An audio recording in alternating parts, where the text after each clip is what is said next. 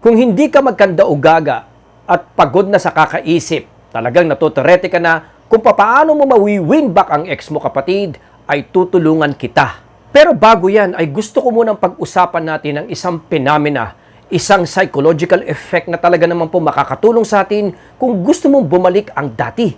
Kung gusto mong mabalik ang pagmamahal, alaala at nakaraan ninyo. Ito ay halos araw-araw na po nating na-encounter. Even kahit sa pamilya, sa pamamahay, or even sa pagnenegosyo at trabaho, ito po ay nagaganap. Ngayon mga utol, ay gagamitin po natin ito para mawin natin ang ex natin.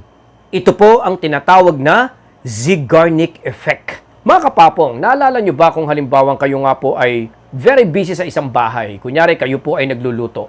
Tapos kayo po, habang kayo po ay nagluluto, ay biglang may kumatok sa pinto. Pagkatapos po niyan, biglang tumahol po yung aso. Tapos nakita mo, biglang yung alaga mo, biglang yung pamangkin mo, kunyari, ay biglang parang nag-iiyak dyan. Di ba kahit nagluluto ka, minsan bubuksan mo yung pinto, nagriring yung telepono, gagawin mo yan mga utol, tapos papatahanin mo yung pamangkin mo. Or for example nga po, yung aso, sisigawan mo ng, huy, para tumahimik, di ba? So lahat yan ay tatapusin mo. Pero di ba biglang, ang tanging maiisip mo ay yung niluluto mo, yung hindi tapos, unfinished business. Di ba po, ang lagi mong maaalala at kumbaga pupukaw ng atensyon mo ay yung bagay na hindi mo natapos, yung pagluluto or paghihiwa. Pero yung mga pagsaway, mga ganito, pagbukas ng pinto, mga utol, ito po ay hindi mo na marirecall. Say for example, Netflix. Kunyari may pinapanood kang series dyan. Di ba pag nanonood ka ng mga movies sa Netflix, mga kapatid, after 2 months, 3 months, halos hindi mo na maalala, ano nga ba yung napanood? Ano nga bang title noon? Hindi mo na ma-recall, di ba? Pero, yung One Piece, kunyari po, yung One Piece na hindi mo talaga makalimutan dahil naputol. Kumbaga, parang bitin mga utol. Ito po ay talagang napapaginipan mo pa.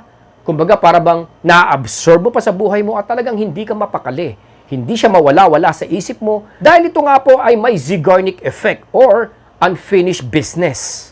Pag ang isang bagay kasi ay parang nare-recall mo na dapat mangyari or nabitin, papasok yung task-specific tension. Making every human being na ma-recall siya agad, mga utol. Mabilis mong matatandaan ito at sobrang ma-occupy po ng situation na to ang utak at pag-iisip nga po ng kahit sino.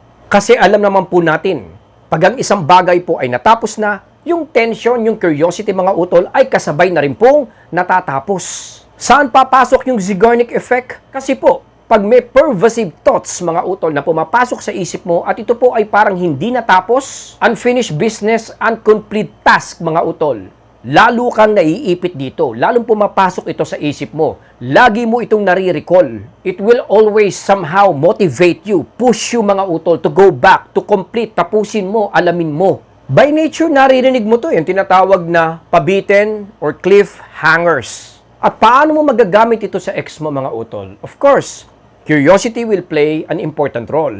Kaya nga po dapat, laman ka talaga ng isipan niya. So paano mangyayari ito kung halimbawang masyado mong pinupush at pinapakita mo nga po na ikaw po ay relationship focus? Kumbaga nandun ka para ayusin ito mga utol. Natural, hindi siya magkakaroon ng curiosity sa'yo at ang pakiramdam niya, lahat ng bagay ay tapos na.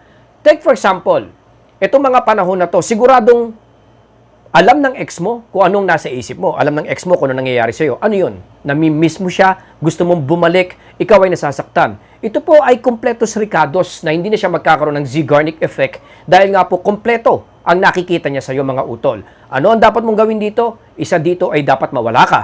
Kasi pagka nawala ka, of course, maiisip niya, something is going on na hindi ko alam. Siguro, that time gusto niya akong balikan, pero bakit nabitin? Lalong-lalo na nga po, for example, kung hinabol mo ang ex mo tapos bigla kang nawala, unfinished business po yan. Papasok pa rin po yung Zeigarnik effect sa situation na to. Another thing, you can also use yung influence po natin. For example, nakadikit pa po yung mga ibang kaibigan natin, kaibigan niya, or mutual friends ninyo. Or let's say, nakakausap mo pa yung ex mo mga utol.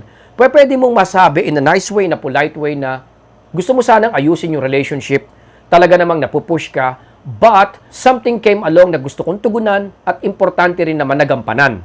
Dito mabibitin ng ex mo because expected niya na ikaw nga po ay magkukrol, ikaw nga po ay tatawag sa kanya, pero ito po ay naputol.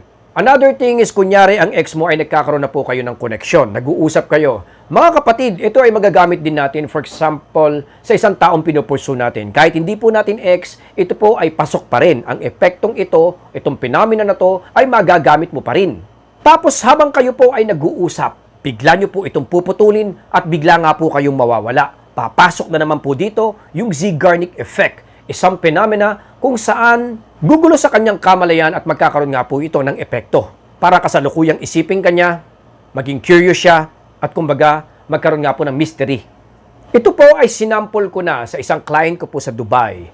Ang ginawa namin, since na nakakausap nga po niya yung matalik din nilang kaibigan, actually mas close sa kanya, sinabi niya rito, pinarating, sinabi po niya rito na gustong-gusto kong ayusin yung relationship namin. In fact, may mga plano nga ako.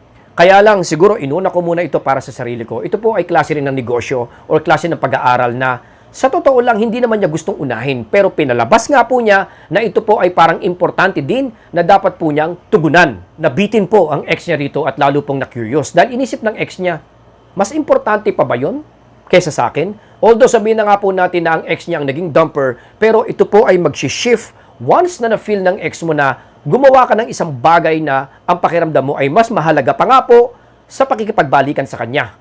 Ito po mga utol, Zeigarnik effect ay lalong mas effective kung halimbawang may feelings pa rin ang ex mo sa'yo. Yung para bang siya po ay nabibitin at nag-hold nga lang po because of her or his ego, mga kapatid, ay lalo po siyang magkakaroon ng motivation pagka kayo nga po ay parang nabitin. Pagka ito po ay pinutol natin at kumbaga unfinished business.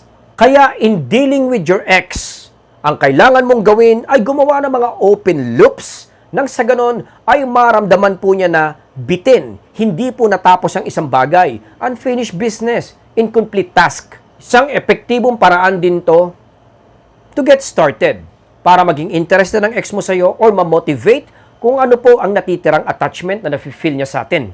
The next thing of course is nasa atin na po. Kung paano nyo po ipapakita yung inyong development, kung paano nyo po ipaparamdam, kung ano nga po ang mga naging understanding nyo lately. Dito na po magkakaroon ng flow and better connection. Siyempre po mga utol, timing pa rin po ang importante dito. Hindi porket alam natin yung Zeigarnik effect, ay gagawin na lang natin basta-basta. Basahin po muna natin kung ano ang posisyon natin sa ex natin sa kasalukuyan, dahil kung halimbawa tayo nga po ay nasa negative part or medyo lubog ang barko mga utol, ay kailangan po muna natin itong ayusin, kailangan po muna natin itong pagbutihin, nang sa ganon ay magamit po natin ang phenomena na to para ma-win po natin ang ating ex. Remember na ito po ay hindi po para sa lahat. Pag-aralan po muna natin mabuti mga utol kung ito po ay pasok sa atin. Dahil kung halimbawa kayo nga po ay nagkakaroon na ng connection sa ngayon at ang pakiramdam mo ay ito po ay gumaganda na, huwag tayo maging overexcited dito or let's say masyado tayong dumikit. Dahil pagka nangyari yan ay maaaring tayo po ay bumalik sa simula. Maaari pong masira or maaaring tumaas pa rin ang ego ng ex mo.